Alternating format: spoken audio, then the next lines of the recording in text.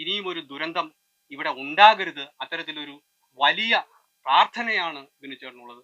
കാരണം ഇത്രയും മൃതദേഹങ്ങൾ മുങ്ങിയെടുത്തു എന്ന് പറയുമ്പോൾ തന്നെ ഈ പുഴയുടെ ഒരു ഭീകരത നമുക്ക് മനസ്സിലാകും. അത്രയും അപകടകരമായ ഒരു സാഹചര്യമുണ്ട്. വരുന്നവർ കുളിച്ച് കളിച്ച് പോകുന്നതിന് വളരെ ഉത്തമമായ സ്ഥലമാണ്. ചിലരെങ്കിലും ഈ നാട്ടുകാരുടെ വാക്കുകളും അവരുടെ നിർദ്ദേശങ്ങളും ഒന്നും വകവയ്ക്കാതെ ഈ പലവൻ പുഴയുടെ ആഴങ്ങളിലേക്ക് ഇറങ്ങി ജീവൻ വെടിഞ്ഞ് നിർജീവ ശരീരങ്ങളുമായി മടങ്ങിയിട്ടുണ്ട്. ഈ പുഴയുടെ ഏതാഴവും ഏത് കുഴിയും എല്ലാ വശങ്ങളും അല്ലെങ്കിൽ ഏത് പാറക്കെട്ട് എല്ലാം തീർച്ചയായിട്ടും ഹൃദ്യസ്ഥമാണ്. അതുകൊണ്ട് തന്നെയാണ് ഈ മൃതദേഹങ്ങൾ അവിടെ നിന്ന് നമുക്ക് മുങ്ങിയെടുക്കാൻ കഴിഞ്ഞത്. ആ ഒരു എക്സ്പീരിയൻസിലേക്ക് എത്തിയ ഒരു ചിത്രം പറയാം. അത് പുഴയുടെ ആഴങ്ങൾ എന്ന് പറയുന്നത് നമ്മൾ ചിലപ്പോൾ ഇന്ന് കാണുന്ന ഒരു അവസ്ഥയായിരിക്കില്ല നാളെ. അത് ഇങ്ങനെ സമൃദ്ധമായിട്ട് ഇങ്ങനെ ജലം ഒഴുകിക്കൊണ്ടിരിക്കുകയാണ്. അപ്പോൾ തീർച്ചയായിട്ടും പല പാറകളും അവിടെ നിന്ന് നീങ്ങിപ്പോവാം, ചിലപ്പോൾ പുതിയ പാറകൾ വന്നുപെടാം. ഇതൊക്കെ പുഴയുടെ ആഴങ്ങളുടെ ഒരു അവസ്ഥയാണ്. എന്നിരുന്നാലും ഒരു ഏകദേശം ഒരു 90% നമുക്ക് ഈ പുഴയോട് ബന്ധമുണ്ട്. ഈ പുഴ തീർച്ചയായിട്ടും നമ്മളെ ഒരിക്കലും ചതിച്ചിട്ടില്ല ഇതുവരെ. അത്ര ബന്ധമുണ്ട് ആത്മാർത്ഥതയുണ്ട് പുഴയായിട്ട്. ഞാൻ ഈ പുഴയിലാണ് നീന്തൽ പഠിച്ചത്. അങ്ങനെ എൻ്റെ ചെറുപ്പകാലങ്ങളെല്ലാം ഏകദേശം ഈ പുഴയിൽ ഇങ്ങനെ കഴിച്ചുവിട്ട ഒരാളാണ് ഞാൻ. അതിൻ്റെ ഒരു വെളിച്ചത്തിൽ പറയുകയാണ്, അപകടങ്ങളിൽപ്പെടുന്ന ആളുകൾ തീർച്ചയായിട്ടും ഈ പറയുന്ന നമ്മൾ ഇറങ്ങിച്ചെല്ലുന്ന ആദ്യം കാണുന്ന കടവ്, അത് പലവൻപുഴ ആദ്യം കാണുന്ന കടവിൽ നല്ല ഭംഗിയുള്ള സ്ഥലമാണ്. ആ കടവിൽ ചുഴിയുണ്ട്. അതായത് രണ്ട് വശങ്ങളിലും വെള്ളം ഒഴുകി വന്നിട്ട് ഒരു സ്ഥലത്തേക്ക് കേന്ദ്രീകരിച്ച് കറങ്ങി പോകുന്നൊരു ഇങ്ങനെ കുറേ പതയും കുറേ മലരിയൊക്കെ ആയിട്ട് ഇങ്ങനെ പൊങ്ങി വരും.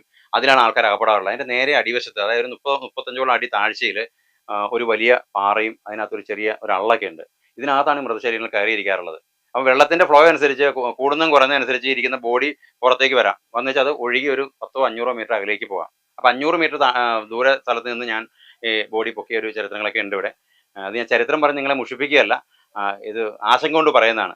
അതുപോലെ ഇവിടെ അധികാരികൾ എന്ന് പറഞ്ഞാൽ നമ്മുടെ സ്ഥലം മുൻ തഹസിൽദാർ, ഇപ്പം അദ്ദേഹം ഡെപ്യൂട്ടി കളക്ടറായിട്ട് പ്രൊമോഷനായി പോയി. വളരെ നല്ലൊരു സ്ത്രീയാണ്, എനിക്കറിയാവുന്ന ഒരാളാണ്, എൻ്റെ സഹോദരി തുല്യമാണ്.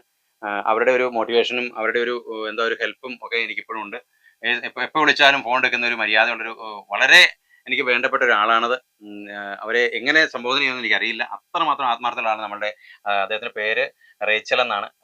ഈ കോതമംഗലത്തിൻ്റെ സ്പന്ദനങ്ങളും അത് ഈ വടാട്ടുപാറയായിട്ട് അത്ര സുപരിചിതമായ ആളാണ് നമ്മുടെ മുൻ തഹസിൽദാർ. ഇപ്പം ഡെപ്യൂട്ടി കളക്ടറായിട്ട് പ്രൊമോഷനായി പോയി. ഇപ്പം വന്നിരിക്കുന്ന തഹസിൽദാറാണ് ഞാൻ പരിചയപ്പെട്ടു. അദ്ദേഹവും വളരെ മാന്യമായിട്ട് ഇടപെടുന്ന ഒരാളാണ്. അതുതന്നെ കുട്ടമ്പുഴ, ഞങ്ങളുടെ സ്റ്റേഷൻ പരിധി കുട്ടമ്പുഴയാണ് എസ് എച്ച് ഒ സാറാണേലും ഞങ്ങളോട് വളരെ മാന്യമായിട്ട് ഇടപെടുന്നു. അതുപോലെ തന്നെ ഉദ്യോഗസ്ഥ തലങ്ങളിൽ നിന്നുള്ള എല്ലാ ഇടപെടലും വളരെ മാന്യമാണ്. ബഹുമാന്യ നമ്മുടെ സ്ഥല MLA ആന്റണി ജോൺ എനിക്ക് സുപരിചിതനാണ്. അദ്ദേഹവും ഞങ്ങളുടെ ഒരു മാർഗദർശിയാണ്. എല്ലാ മരണങ്ങളിലും അദ്ദേഹം ഇവിടെ വരാറുണ്ട്. മുൻ MLA ആയിരുന്ന TU കുരുവിള സാർ, അദ്ദേഹവും ഇവിടെ വരാറുണ്ട്. സഖാവ് ആന്റണി ജോൺ സാർ, അദ്ദേഹം ഇവിടെ വരാറുണ്ട്. വന്നിച്ച് എല്ലാ മരണങ്ങളിലും ആദ്യം അത്യാന്ത്യം, അതായത് ഈ പറയുന്ന രക്ഷാപ്രവർത്തനങ്ങൾക്ക് നേതൃത്വം കൊടുക്കുകയും ഈ ബോഡി എപ്പോൾ കിട്ടുന്നു ആ സമയം വരെ പുഴയിൽ ചെലവഴിക്കാറുള്ള ഇങ്ങനെയുള്ള ആളുകളാണ് ഞങ്ങൾക്കുള്ള ഏറ്റവും വലിയ പ്രത്യേകത. അതാണ്. അപ്പം നാട്ടുകാരും അങ്ങനെയാണ് നമ്മൾ സഹകരിക്കേണ്ട. വാർഡ് മെമ്പർമാരടക്കം ഇവിടെയുള്ള എല്ലാ തുറയിലുള്ള ആളുകളും നമ്മളെ വളരെ കരുതലോടെ സഹായിക്കാറുണ്ട്. ഇതിനെല്ലാ രക്ഷാപ്രവർത്തനത്തിന് നേതൃത്വം കൊടുക്കാറുണ്ട്. അതിലെനിക്ക് വളരെ വലിയൊരു എന്താ പറയുക സന്തോഷമുണ്ട്, കൃതാർത്ഥതയുണ്ട്. ഇതൊക്കെയാണ് അതിനെക്കുറിച്ച് എനിക്ക് പറയാനുള്ളത്.